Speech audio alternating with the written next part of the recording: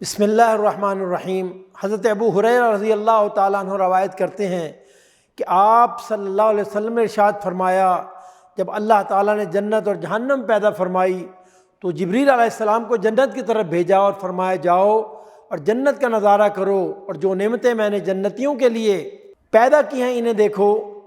جبریل علیہ السلام آئے، جنت اور جنتیوں کے لیے پیدا کی گئی نعمتیں دیکھیں، پھر اللہ تعالیٰ کی خدمت میں حاضر ہوئے اور عرض کی تیری عزت کی قسم جو بھی اس کے بارے میں سنے گا وہ اس میں ضرور داخل ہوگا۔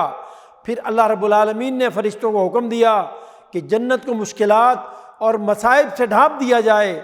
تب اللہ تعالیٰ نے حضرت جبریل علیہ السلام کو دوبارہ حکم دیا کہ ذرا جاؤ اور جنت کو دوبارہ دیکھو۔ حضرت جبریل علیہ السلام جب دوبارہ گئے تو جنت مشکلات اور مصائب سے ڈھکی ہوئی پائی، چنانچہ اللہ تعالیٰ کی بارگاہ میں حاضر ہوئے اور عرض کی تیری عزت کی قسم اب مجھے ڈر ہے کہ اس میں کوئی بھی داخل نہیں ہو سکے گا۔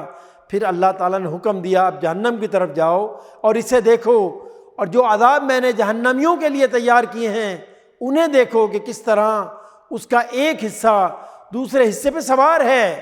حضرت جبریل علیہ السلام سب کچھ دیکھ کر واپس لوٹے تو عرض کی تیری عزت کی قسم کوئی شخص ایسا نہیں ہوگا جو اس کے بارے میں سنے پھر اس میں داخل ہو۔